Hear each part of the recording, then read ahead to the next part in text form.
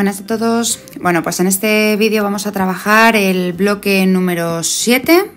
En particular vamos a ver el epígrafe 2.2 que habla sobre, de nuevo, el periodo de la restauración borbónica, pero en particular ahora vamos a trabajar, por un lado, los nacionalismos catalán y vasco, también vamos a mencionar el regionalismo gallego y vamos a ver también el movimiento obrero. Este vídeo va a ser un vídeo largo porque hay muchos conceptos en los que me voy a tener que detener, voy a tener que explicar mucho, entonces recomiendo que lo partáis en dos partes, en dos sesiones de estudio distintas. Un ratito, una tarde estudiáis el tema del nacionalismo, etcétera, y otro día el tema del movimiento obrero, porque el vídeo completo pues os va a explotar la cabeza. Bueno, pues vamos entonces con los orígenes del movimiento obrero en España. Lo primero que hay que decir es que este no es un tema fácil en absoluto, entonces voy a intentar resumirlo de la mejor manera posible, pero es verdad que voy a tener que hacer ciertas digresiones para poderos explicar algunos conceptos con los que algunos a lo mejor estéis más familiarizados, pero puede que otros no tengáis ni idea de qué quieren decir. Entonces, bueno, sobre esta parte del vídeo intentad entender todo y luego hacéis vuestro propio resumen porque tendréis que quitar cosas, ¿vale? Para poder meter todo en las 50 líneas. Vamos a partir de un concepto y ese concepto es el socialismo. El socialismo, seguro que sonar os suena. ¿Esto surge dónde? Pues esto surge con el movimiento obrero. ¿Y dónde surge el movimiento obrero? Pues lógicamente en el proceso de industrialización. La industrialización, ¿dónde surge? Pues en Inglaterra. Ese es el primer sitio en el que empieza a surgir la industrialización ya desde finales del siglo XVIII. El movimiento obrero da lugar a una nueva clase social, que es la que trabaja en las fábricas, que es el proletariado, es decir, los obreros de las fábricas. El socialismo va a ser todo un movimiento económico y filosófico y social que lo que propugna es, frente a las malas condiciones que tiene el proletariado, frente a la explotación que se hace de esta nueva clase social, que viven unas condiciones muy malas, mientras que los burgueses, que son los propietarios de las industrias, pues se están enriqueciendo cada vez más. Esto da lugar pues a un conflicto. El socialismo va a propugnar, por supuesto, buenas condiciones para el proletariado, pero es que esto se va a conseguir eliminando la idea de las clases sociales o de la sociedad de clases. Esta idea, pues de alguna manera hay que evitarla, hay que quitar esa idea de la sociedad de clases. Si no hay diferencia de clases, y las clases al fin y al cabo son quién tiene más dinero y quién tiene menos, si no existe esto, lo que estamos consiguiendo, en teoría, es una sociedad igualitaria. Esta sería un poco la idea de base, muy simplificada, de lo que sería el socialismo. Bien, ¿cómo llega a España? Bueno, en España va a llegar un poco más tarde. Estamos diciendo que a finales del siglo XVIII, en Inglaterra ya hay industrialización y en España va a tardar mucho más en llegar. Entonces todo esto llegará más tarde. Bueno, aquí en la diapositiva, alguna de esas primeras ideas socialistas que empiezan a surgir, bueno, pues vienen o sientan sus bases en todas las ideas de la Ilustración que ya hemos estudiado, es decir, en los derechos fundamentales de la persona, la dignidad del ser humano, todas estas cosas pues sientan ahí sus bases. Y empieza habiendo algunos movimientos como por ejemplo el socialismo utópico. Ya la propia palabra utópico pues quiere decir que eso es difícil de llevar a buen término, ¿vale? Ese socialismo utópico está fue gestado por un señor, Joseph Fourier. Os dejo aquí una imagen y ese señor pues entre otras cosas proponía la creación de falansterios, que lo tenéis también en esta imagen de aquí, ¿vale? Eso sería un plano de un falansterio. ¿Y qué era esto? Pues esto es para que os hagáis una idea de dónde vienen estas ideas, ¿vale? Pues un falansterio sería como una especie de comunidad donde vive gente dentro de esa comunidad y lo que hacen es controlar tanto la producción de las cosas que necesitan como el consumo de esas cosas. Y todo esto se haría de una forma totalmente igualitaria, no habría salarios, no habría propiedad privada, sino que es una idea como más colectivista de todo es de todos, ¿vale? Por lo tanto, como veis, pues todo este movimiento pues está basado en conceptos como el bien común, como la igualdad social, etc. Bueno, pues sabiendo ya lo que es más o menos el socialismo, vamos a dar un paso más. Dentro del socialismo, o a partir del socialismo, van a ir creándose diferentes tendencias. Esta ideología pues va a ir evolucionando poco a poco y empiezan a aparecer otros conceptos que son a veces difíciles de diferenciar del socialismo, pero bueno, lo voy a simplificar mucho.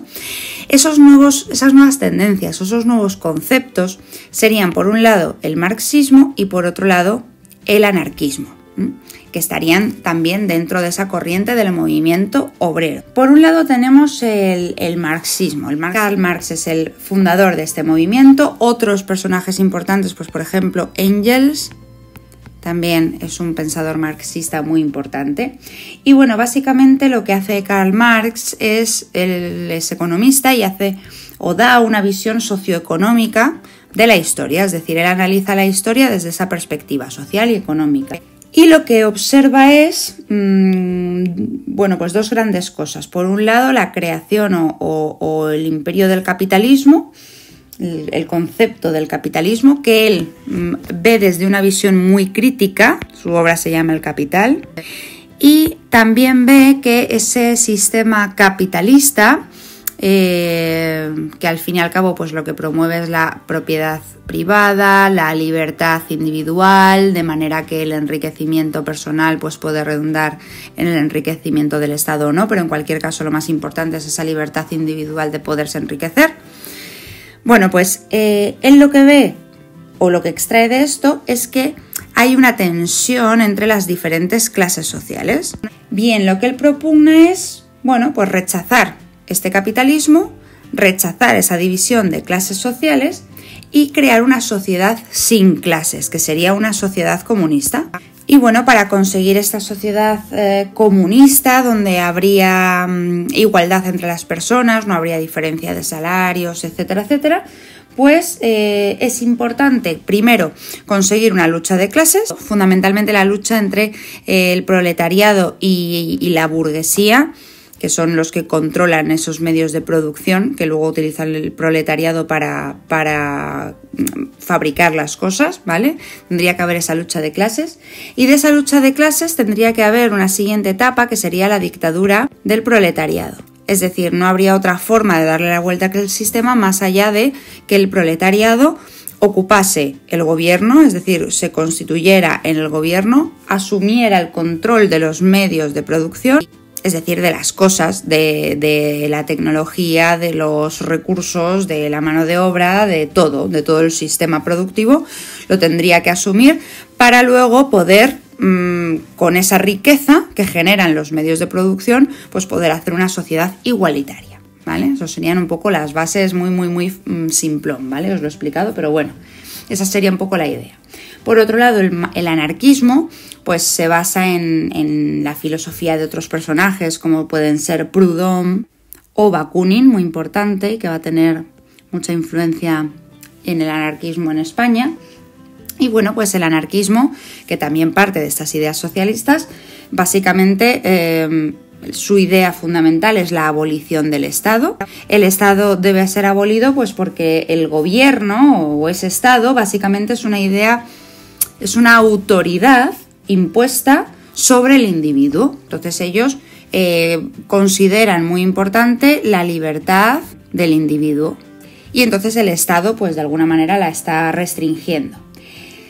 Ahora, como esa base es muy general, pues sí que es verdad, y esto hace del anarquismo un movimiento un poco también complicado, pues hay muchísimas tendencias distintas. Quizás una de las más relevantes y que tiene también que ver con lo que vamos a ver en el caso español, pues es el anarcosindicalismo, donde ya nos juntamos con la idea del sindicalismo, es decir, de la agrupación de obreros para defender sus derechos individuales y colectivos. Bueno, sabiendo ya o teniendo un poco esta idea general, vamos a ver lo que ocurre en España. La llegada de estas ideas socialistas, de estas ideas del movimiento obrero, empiezan a llegar a España en épocas de Isabel II y empiezan a llegar en la forma de, primero, las sociedades de auxilio mutuo. ¿Qué son esas sociedades de auxilio mutuo que surgen, evidentemente, en primer lugar, ¿dónde? Pues en Barcelona, que es donde hay mayor actividad industrial. Bueno, pues básicamente son como una mutua, es decir, una mutua es una asociación donde los trabajadores van a contar con un seguro en caso de una enfermedad, de un accidente o de cualquier otro tipo de desgracia que les pueda suceder, de manera que no se vieran sin nada. También en tiempos de Isabel va a tener lugar un movimiento popular que es el ludismo. El ludismo es un movimiento, pues digamos, obrero socialista que surge en Inglaterra y que partía del rechazo a las máquinas, es decir, cuando en la industria se empiezan a utilizar máquinas cada vez más desarrolladas, como la máquina de vapor, pues claro, hace el trabajo de muchas personas. Entonces hubo obreros que lo que hacían era atentar contra las máquinas que les robaban, entre comillas, el trabajo. Estas prácticas ludistas también van a llegar por influencia inglesa hasta España y van a tener hechos, o va a tener lugar hechos importantes como lo que veis aquí, esta imagen que veis aquí, que va a ser el incendio del vapor Bonaplata. Un vapor es una fábrica, en este caso una fábrica textil. Se llama vapor porque estas fábricas están ya muy modernizadas, se ha introducido la máquina de vapor y entonces se les llama así los vapores, ¿vale? Pero son fábricas. Esta fábrica o este vapor Bonaplata fue incendiado en mitad de... Bueno, había toda una crisis por distintos motivos en ese momento, pero va a ser incendiado en el año pues, unos 1835-36. Más allá de esos primeros conatos socialistas en tiempos de Isabel, por supuesto muy reprimidos, porque estamos en casi todo ese tiempo pues, en una tendencia más o menos moderada. Es verdad que hay progresismo, pero bueno, estas cosas no se ven con buenos ojos. Digamos que un poquito el auge que va a tener el movimiento obrero va a llegar ya en tiempos del sexenio democrático, que ya es un momento pues mucho más progresista. Las bases de esto van a estar en la Primera Internacional, ¿vale? Os la voy a marcar aquí. La Primera Internacional tiene lugar en el año 1864 en Londres y básicamente pues es una reunión internacional donde se sientan las bases pues de qué es el movimiento obrero, qué es el socialismo y qué son todos estos conceptos que estamos trabajando y cómo se va a actuar al respecto, ¿vale? La Primera Internacional de Londres va a tener una influencia enorme en el movimiento obrero en España. Por ejemplo, va a estar detrás o va a verse muy respaldada con el derecho de asociación que va a tener lugar con la Constitución del 69 y con la Ley de Asociaciones que va a promulgar Sagasta en el año 1887, que ya lo hemos estudiado. Hay una tendencia mucho más aperturista, mucho más permisiva con el movimiento obrero, importante. Además, podemos mencionar alguna otra cosa concreta. Partiendo o por influencia de esta Primera Internacional, va a haber otros movimientos y otras asociaciones que van a ser muy importantes. Por ejemplo, el Congreso de Barcelona, que tiene lugar en el año 1870, es decir, en tiempos del sexenio democrático. En este Congreso de Barcelona se va a fundar algo que es muy importante y es esta Asociación Internacional de Trabajadores, lo que nosotros vamos a conocer como la AIT. Esta Asociación Internacional de Trabajadores va a surgir un poco también de la influencia de ciertos pensadores que están muy relacionados con el movimiento obrero en Europa y con grandes personajes de los que os he mencionado antes, como Marx y como Bakunin, y que van a ser personajes como la FARC y Josep Fanelli. Estos personajes pues van a, por diversas circunstancias, van a pasar por España y van a traer un poco esas ideas del internacionalismo y del movimiento obrero. Un poquito más adelante vamos a empezar a hablar ya también de otras instituciones, de otros movimientos que se van creando. Uno de ellos muy importante, en 1879, tiene lugar la fundación del PSOE por un señor que se llama Pablo Iglesias y que es este señor que tenéis en esta imagen. La fundación de este partido, que es el Partido Socialista Obrero Español, es decir, de base socialista, también marxista.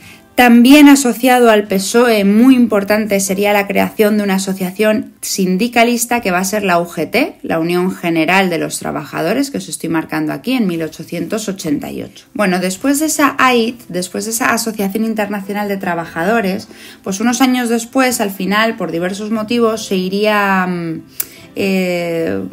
viniendo abajo y digamos que va a acabar disolviéndose. Cuando se disuelva, nacida un poco de las ideas de esa internacional y también del movimiento anarquista, que lo tenemos ya por aquí, pues se va a crear otra asociación muy importante, que va a ser la Federación de Trabajadores de la Región Española, lo que conocemos como FETRE. Esto, bueno, pues tiene un carácter pacífico. La idea es, pues, intentar transformar la sociedad de clases no igualitaria a través de huelgas, etcétera, intentando mejorar las condiciones de los obreros, etcétera. Y bueno, va a durar también un tiempo. Unos años después se va a acabar igualmente disolviendo, entre otras cosas porque se la va a asociar a veces, no era así, pero se la va a asociar a veces con una rama del anarquismo que era la mano negra. Y esta rama del anarquismo pues no era pacífica, era una rama terrorista, lo que se llamó también el pistolerismo.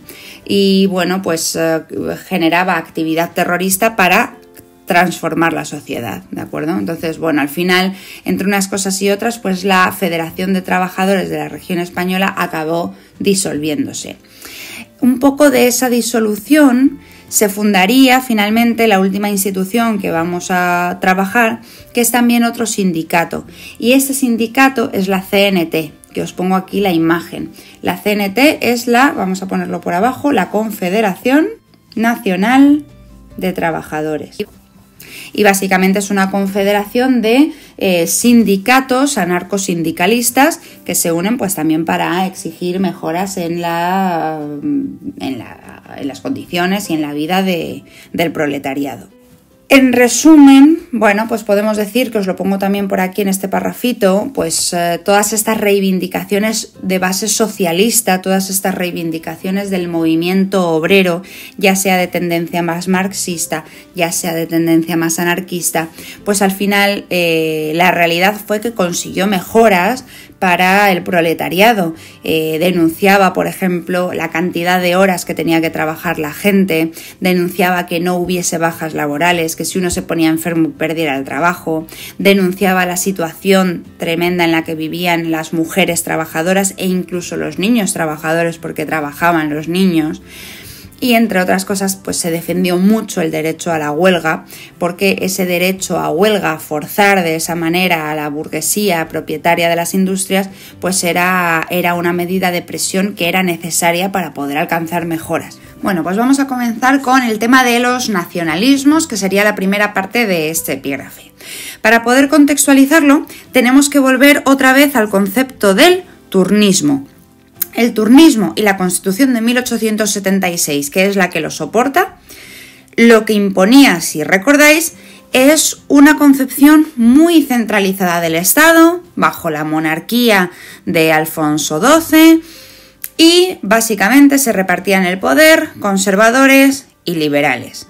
Y centralizaban mucho todos los aspectos del Estado, es decir, tanto la legislación como la recaudación de impuestos y las tributaciones e incluso las obligaciones militares que tenían pues todas las regiones que conformaban el Estado. Ese turnismo va a dejar fuera, y esto ya lo he comentado en otro vídeo, va a dejar fuera a un montón de gente, a toda la oposición. ¿Quién formaba esa oposición? Pues lo recordamos muy rápido. Esa oposición estaba formada por los carlistas, estaba formada por los republicanos, estos no tenían nada que hacer en este periodo del turnismo, y luego por otros dos movimientos muy importantes, por el nacionalismo, que es lo que estamos estudiando ahora, y por el movimiento obrero. Estas son las dos grandes partes de la oposición que vamos a trabajar en este epígrafe. Los nacionalismos, vamos a empezar primero contextualizándolos también un poco. ¿Por qué surge esta idea del nacionalismo? ¿De dónde viene? Bueno, tenemos que retrotraernos mucho. Mirad, os pongo aquí un par de imágenes que nos van a ayudar a recordar cosas. Esta imagen de abajo es La libertad guiando al pueblo, que es un cuadro de Delacroix que seguro que habéis trabajado o bien en primero de bachillerato o bien en cuarto de la ESO. Y es un poco el símbolo de todas las revoluciones liberales que van a tener lugar en la primera mitad del siglo XIX. Una es la de 1830 y, muy importante, la de 1848. ¿Vale? Aquí tenemos también un mapa que muestra esas revoluciones liberales de 1848. ¿Por qué son importantes? Bueno, pues porque aquí es donde surge el concepto de nacionalismo con el que nosotros vamos a estar trabajando. Este nacionalismo surge también de los principios del romanticismo. El romanticismo plantea muchas cuestiones, como puede ser la exaltación del yo y del individuo, como puede ser la libertad, como puede ser también el orientalismo y muchas otras cosas. Lo que más nos interesa de aquí es la idea del concepto de nación. Empieza a surgir desde finales del siglo XVIII y con el romanticismo va a tomar un poco consistencia. En 1848, en este mapa que veis aquí, ya se puede advertir cómo estaba configurada la Europa de ese momento. Esta es la Europa que ha vencido a Napoleón. Y la Europa que ha vencido a Napoleón y también a las ideas revolucionarias de la Revolución Francesa, de la libertad, etc., son básicamente grandes poderes absolutistas. ¿Cuáles? Pues fijaos, tenemos el Imperio ruso, tenemos el Imperio austríaco que domina prácticamente el centro de Europa. Tenemos el Imperio turco que abarcaba toda la zona de los Balcanes. Entonces estos imperios son muy extensos y bajo su mando aglutinan un montón de gente distinta, de culturas distintas, de lenguas distintas, de tradiciones distintas. Con todas las ideas románticas, básicamente lo que va a hacer la gente es empezar a luchar por la individualidad de esas naciones que integran estos grandes estados absolutistas. Y, como veis en el mapa, pues hay un montón de revoluciones, un montón de estrellitas, en Francia muy importantes, pero también en otros sitios. Ya desde principios del siglo XIX, en 1820 y algo, Grecia, vamos a limpiar un poco el mapa, Grecia se independiza del Imperio turco. Va a haber estallidos muy importantes revolucionarios dentro del Imperio austríaco, de gente que se quiere desligar y que quiere tener una nación soberana y una nación diferente. Tiene lugar, por ejemplo, todo el proceso de la unificación alemana y se va a crear la nación alemana. Va a tener lugar un proceso de unificación en Italia y se va a crear la nación italiana. Entonces, todo esto no hace falta que lo mencionéis, pero que recordéis de dónde viene todo este auge nacionalista. Bueno, pues vamos entonces con el caso del nacionalismo catalán. En particular, todo ese nacionalismo catalán, ¿de dónde surge? ¿Dónde sienta sus bases? Más allá de todo esto que he explicado del romanticismo, etc. Bueno, pues tenemos que irnos ya a la Edad Media. Si recordáis, en los temas de Edad Media nosotros habíamos visto que Cataluña, o lo que son los condados catalanes, primero habían pertenecido a los francos, si recordáis, que se van a independizar de ellos. Luego van a pertenecer a la Corona de Aragón. Y cuando están dentro de la Corona de Aragón, si recordáis, se rigen, toda la corona de Aragón se rige por la idea del pactismo. Esto hacía que cada región tuviese bastante autonomía, si recordáis. El rey no era un rey muy autoritario, sino que tenía que estar un poco creando pactos. Es una zona donde había fueros desde la Edad Media, es decir, que había ciertos privilegios que mantenían un poco pues esa autonomía y esas particularidades de la región. Más tarde, otro hecho importante que tenemos que recordar es la Guerra de Sucesión, cuando muere Carlos II. Cuando gana el Borbón, Felipe V, si recordáis, instaura la dinastía de los Borbones en España, estamos en 1714, la corona de Aragón había estado en contra de Felipe V, estaba posicionado con el archiduque Carlos de Habsburgo. Por lo tanto, cuando termina la guerra, si recordáis, pues se van a tomar represalias, porque, bueno, pues el reino de Aragón había sido enemigo, digámoslo así, y especialmente pues toda la región de los condados catalanes. Por lo tanto, se retiran fueros, etc. Hay un momento ahí de, entre comillas, castigo al perdedor.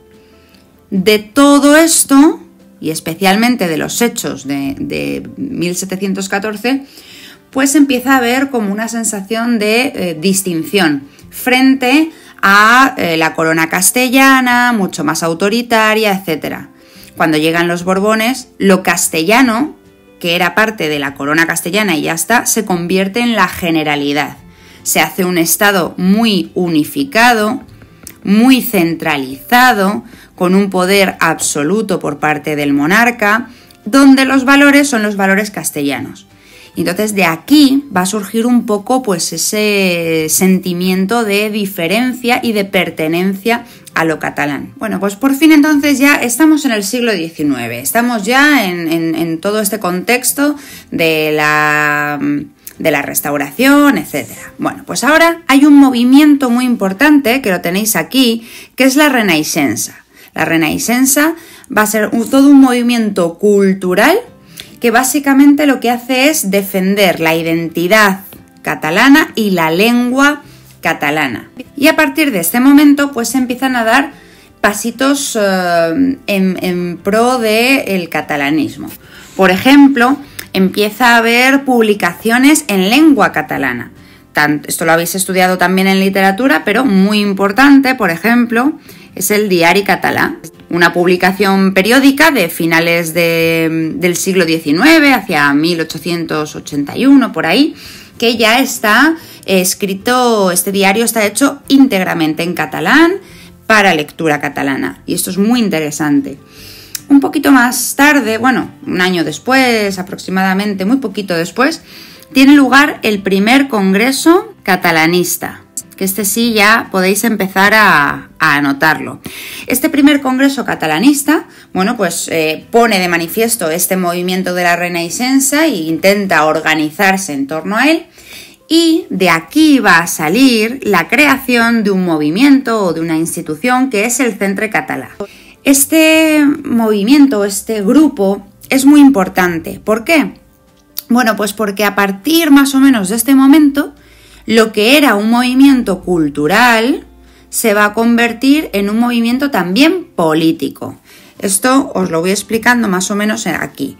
Es decir, en los años 80 la actividad política empieza a sustituir o empieza a complementar a la actividad cultural. Va a intentar buscar siempre pues, un mayor autogobierno y mayores beneficios para toda la región de Cataluña. ¿Quién va a apoyar este movimiento? ¿Cuáles van a ser las bases de este movimiento político? Pues la burguesía industrial catalana, es decir, los dueños de esa industria textil que se estaba enriqueciendo y bueno, pues que son los que van a soportar pues, todo el peso del movimiento político. ¿Hay alguna explicación para que justo en ese momento estos burgueses se introduzcan en el tema del nacionalismo? Bueno, pues más allá de las cuestiones culturales e históricas, sí.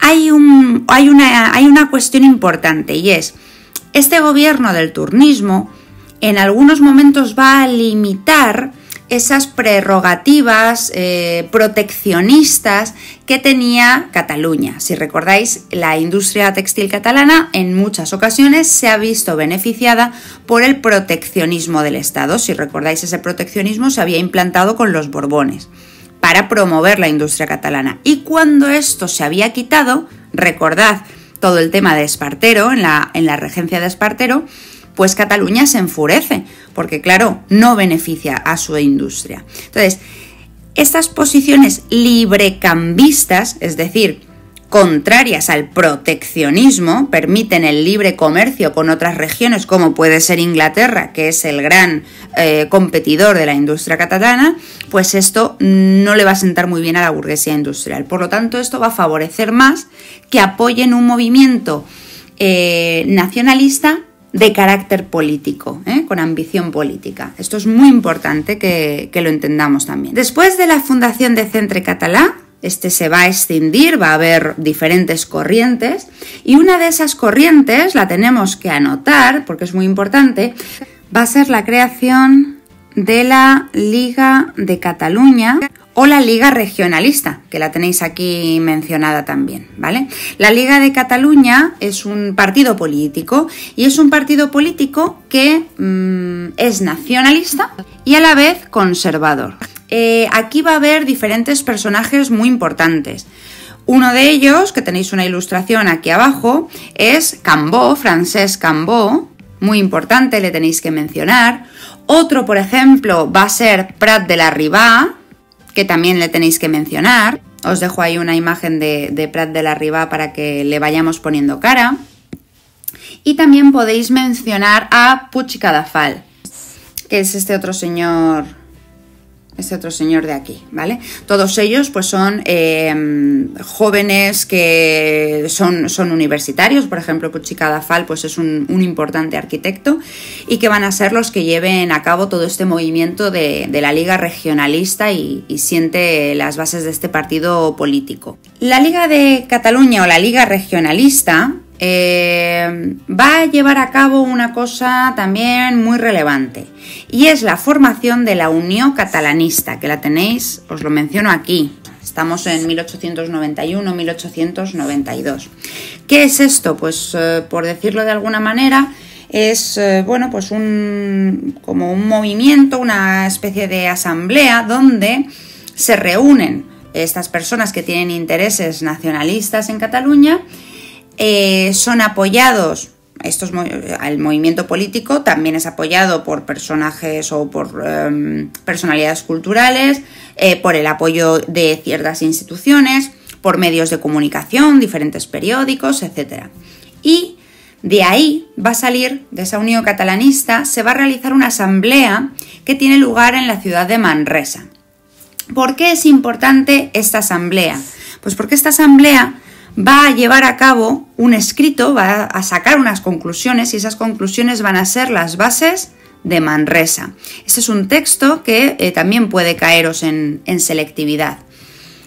¿Qué dicen estas bases de Manresa? Bueno, pues un montón de cosas. Por ejemplo, dicen o establecen que son como reivindicaciones, que el catalán sea idioma oficial.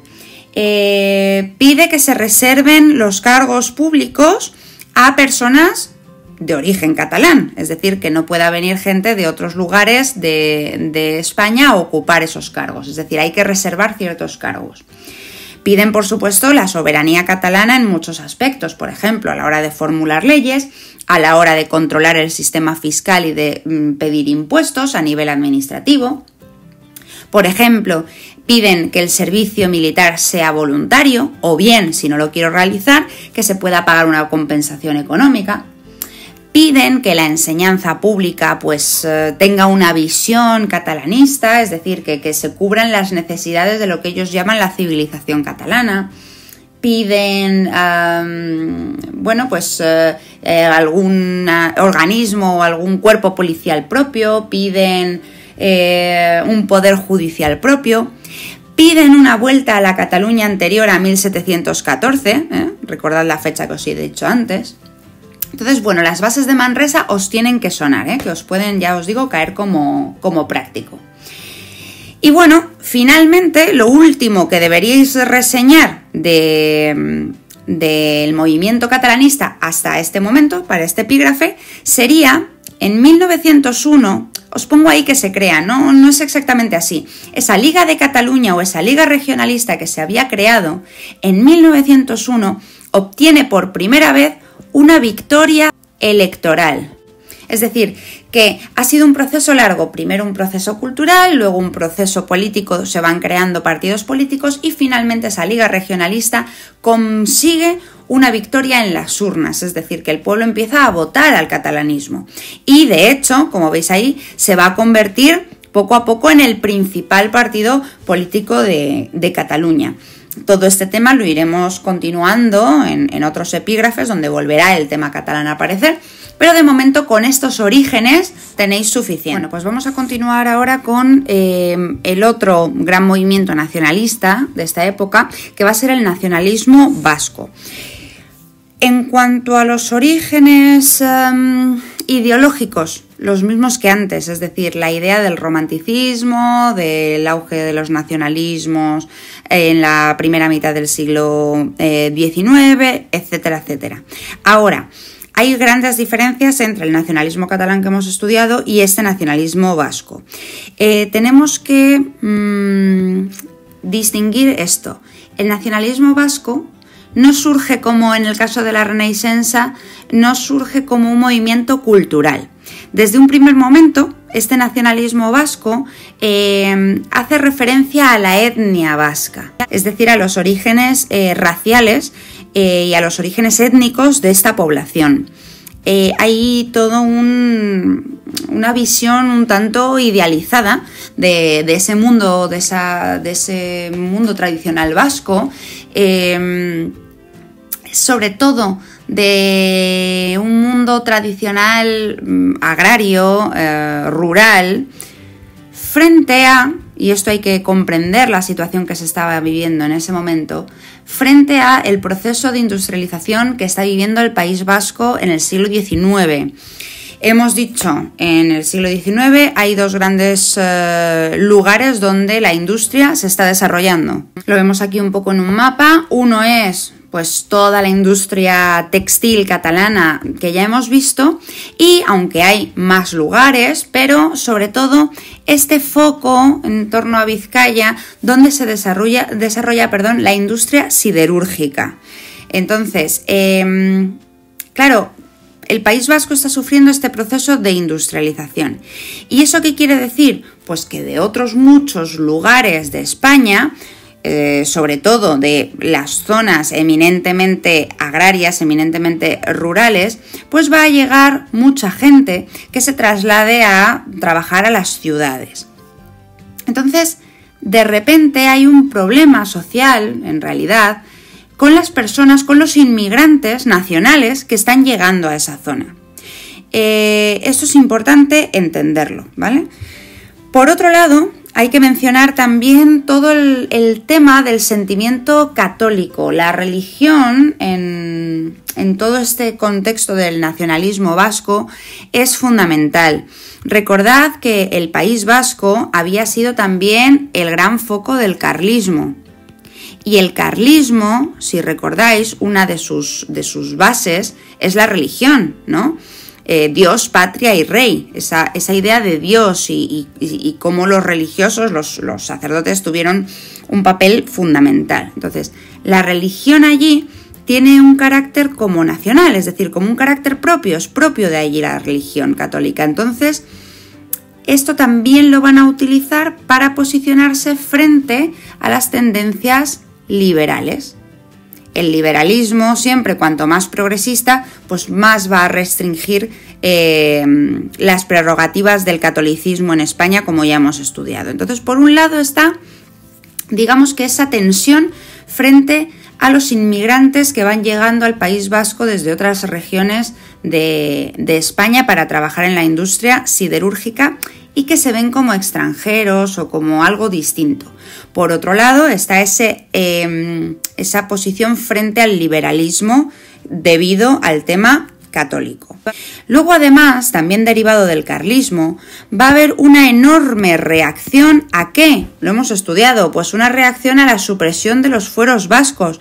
Cuando termina la Tercera Guerra Carlista en 1876, Cánovas del Castillo suprime completamente los fueros vascos que ellos tenían desde la Edad Media. Ya había habido algún conato de esto previamente con la Primera Guerra Carlista, pero con la Tercera se quitan. Entonces, esto también va a hacer que haya un movimiento de reacción y de oposición a esto, y a lo que representa Cánovas del Castillo, el turnismo y la implantación del sistema de la Restauración unificada y todo lo que ya hemos estudiado. ¿En torno a quién se va a mover todo este conglomerado de ideas y cómo se va a consolidar el concepto del nacionalismo vasco? Bueno, pues aquí nos tenemos que ir a la figura de Sabino Arana, que le tenéis también aquí mencionado. Sabino Arana va a ser un personaje, pues de una familia acomodada, de una familia de tradición carlista, y este hombre pues lo que va a hacer es eso, darle forma al nacionalismo. Por ejemplo, de Sabino Arana va a surgir todos los símbolos del nacionalismo vasco que os pongo ahí en esa imagen, como es la ikurriña, es decir, la bandera nacionalista vasca, la bandera vasca, y el concepto de Euskal Herria, que sería el territorio natural que formaría el País Vasco real o original para ellos. Sabino Arana va a ser fundamental, ya no solo porque sienta estos símbolos y porque al fin y al cabo pone las bases ideológicas para este movimiento, sino que además va a ser el fundador del PNV, del Partido Nacionalista Vasco. Es decir, que aquí ya llega rápido esa implantación del nacionalismo político, Estamos hablando de 1895. Igual un poco que pasaba en el punto anterior del nacionalismo catalán, las personas que van a apoyar o a ser la base de todo este movimiento, pues va a ser también la burguesía industrial, que se ve amenazada pues por esa llegada de gente y también por la llegada de todo el movimiento obrero y del liberalismo más progresista. Entonces, bueno, estas van a ser un poco las bases. Para que nos hagamos una idea más clara de todo esto de la etnia vasca y de dónde se saca este sentimiento, os dejo aquí un texto que también podría ser un ejemplo para EBAU, para selectividad. Es un texto de Sabino Arana y si nos fijamos en algunas de las partes, pues básicamente lo que está comparando es un pueblo vasco con unos usos y costumbres, pone que son dignos de nobleza, de virtud y de virilidad, y que de un pueblo que nunca ha sido verdaderamente sometido, ¿no? Recordemos cuando habéis estudiado la historia antigua, por ejemplo, de la península, ¿no?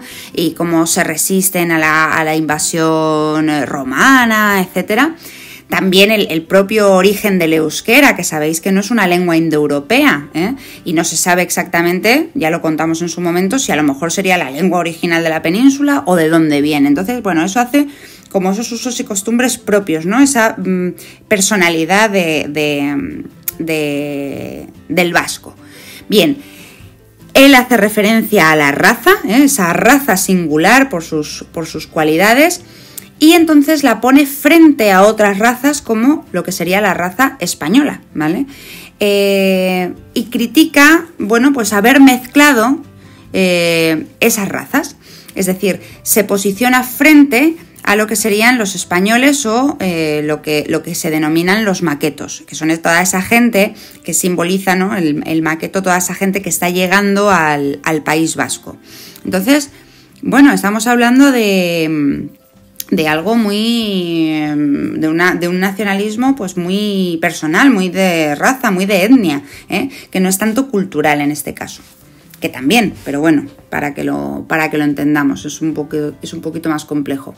Finalmente, no lo pide el epígrafe, pero bueno, podríais, si os cabe en el tema, cuando desarrolléis vuestro tema de 50 líneas, pues podéis hacer una leve mención final, por desgracia no da tiempo a explicarlo más, a otros regionalismos que van a existir también. Muy importante, aunque no puedo meterme demasiado en ello, es el regionalismo gallego, todo el movimiento del Resurdimento. Este sí es un poco más parecido al catalán en el sentido de que empieza siendo un movimiento cultural.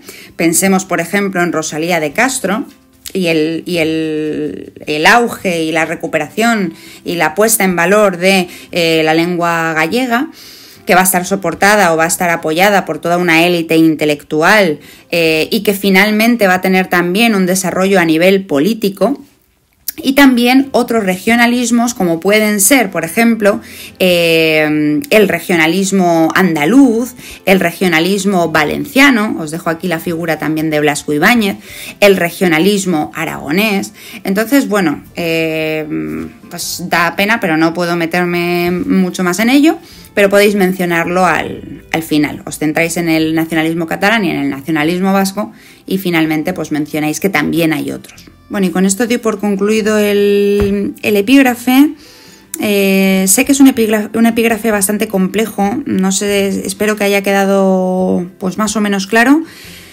Id viéndolo despacio, id tomando apuntes, id haciendo un esquema de las cuestiones más importantes. Hago mucha digresión porque hay conceptos que tenéis que entender, tengo que irme atrás de vez en cuando para que lo entendamos bien y quizás me voy mucho en el contexto, pero bueno, más o menos espero haberlo dejado claro. Y si tenéis alguna duda, pues ya sabéis que me podéis preguntar.